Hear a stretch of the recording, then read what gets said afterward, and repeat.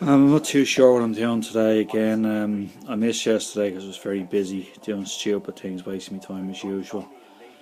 I think I last spoke to you, I think it was finishing around, yeah, it was July the 30th. I hope I'm right, I'm not repeating history here. How the insomnia kicked in, and this is a bit embarrassing.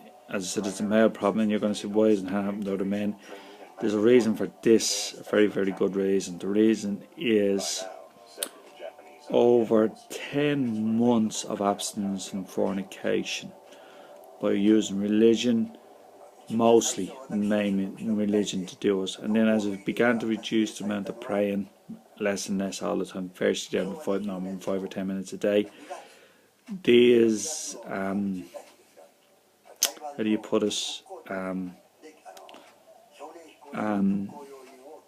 as I think I said before, my testosterone levels began to rise rapidly because I'm only 14 to 15 years. I didn't know that. I know that now, but I didn't know what caused it. And this rise was beginning, as I said before, in the 2 or 3 months of the coming up to on June 30th, July the 1st. I hope I'm right here. I didn't sleep a wink the whole night. You're going to say, well, what's amazing about that? This is what happens. Fornication started, and also my hair began to fall. You can see it here now. It's gone. Now I used to have a big I had a Beatles mop top hairstyle, and a real good, very thick hair. And I never used to lose. Everyone says to lose hair. Very rarely. I barely, I could comb it, and lucky one hair came out, even after washing it. It just was very thick and strong. But after that night, it began to get real itchy, the scalp, and greasy. My natural hair colour is red, or sometimes if it reddish blondish, and it was darkening in colour very quickly. Hair was itchy, and it began to fall out that night in large amounts. From then on, I began to lose my hair, and my scalp would be fairly itchy. I had to actually stop combing it. The reason why I had to stop combing it was because loads of hair would come out in the comb, so I wanted to conserve my hair.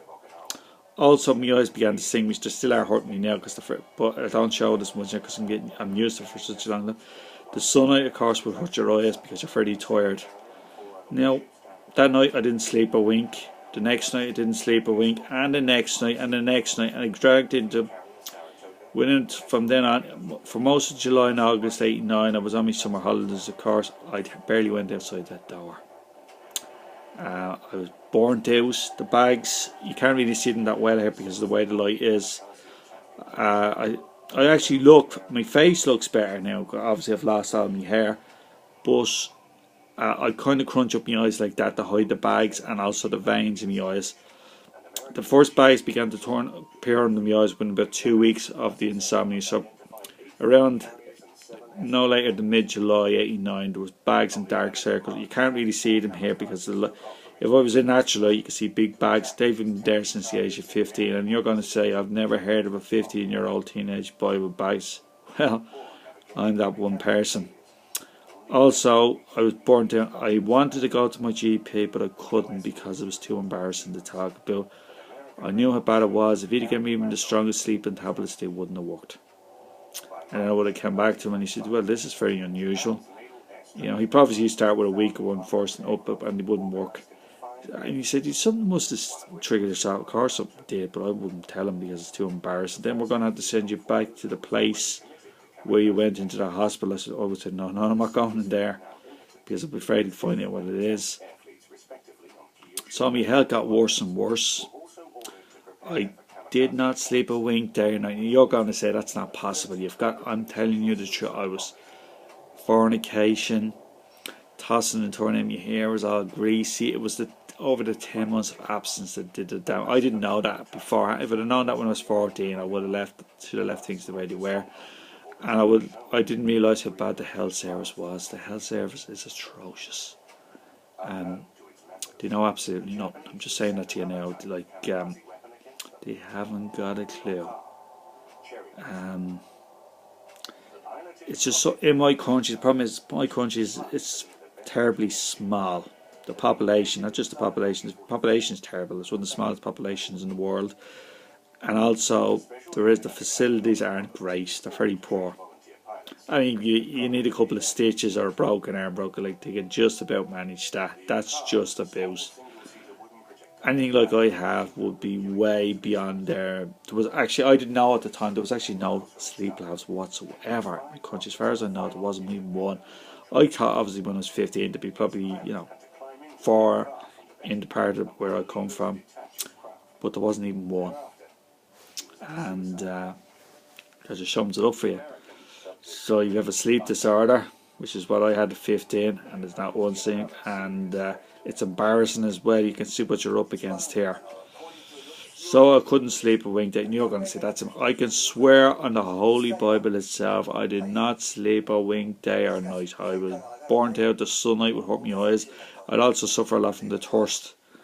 And when I went back to school, I mean, there was not. I don't even know what I was doing there. All I used to have to do. This is what I'd be in the classroom for most of the day. I'd have me head in my hands from exhaustion, and I don't know. I probably did a little bit of homework here now. I was just wasting my time in there. I was in bits.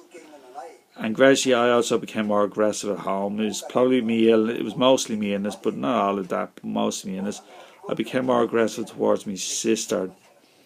Mostly psychological or threats. I'm not saying that's nice or correct or just because I don't punch her or kick her around that that it makes it any better. It doesn't. It's still the same thing. I'm not proud of that, but it did happen. That only started happening probably in the later, from about November '89 onwards. I'm trying to calculate how long I'd gone without a wink of sleep day or night from then. So July, let's say July 1st, July, August, over November. Over 4 months without a wink of sleep. I was burnt out. I looked wretched. And I looked like a fairly old man, and I was only 15. The bags and dark circles, well, you can't really see them here because I'm crunching my eyes up, and I'm not a natural light, so you can see little bags, but strangely enough, my face actually looks better now than when I was 15 or 16 because I'm kind of looking after myself. But my hair, of course, as you can see, is all got my Beatles hairstyle's gone forever now. Okay, when I get back to this, I'm going to start from about, say, November into December '89, and I'm going to tell you what happens next. Please bear with me. I'm not good at this. I'm not great with technology. It's never been my forte. I never said it was. But just bear with me. This story will be totally different than anything you've ever heard before in your lives. Good night. God bless everyone. Bye.